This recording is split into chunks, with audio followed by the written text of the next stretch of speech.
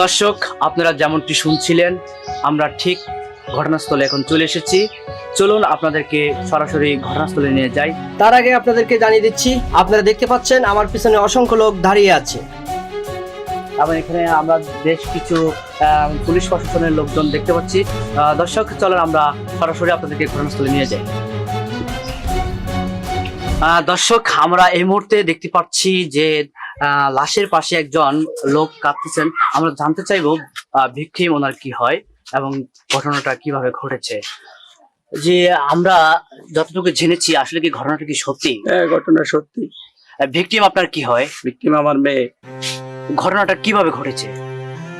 আমি সকালবেলায় অফিসে যাওয়ার সময় দেখেছি আমার মেয়ে টেবিলের উপর বসা পড়ালেখা করতেছে। পরে আমি অফিসে একটা ফোন পেলাম।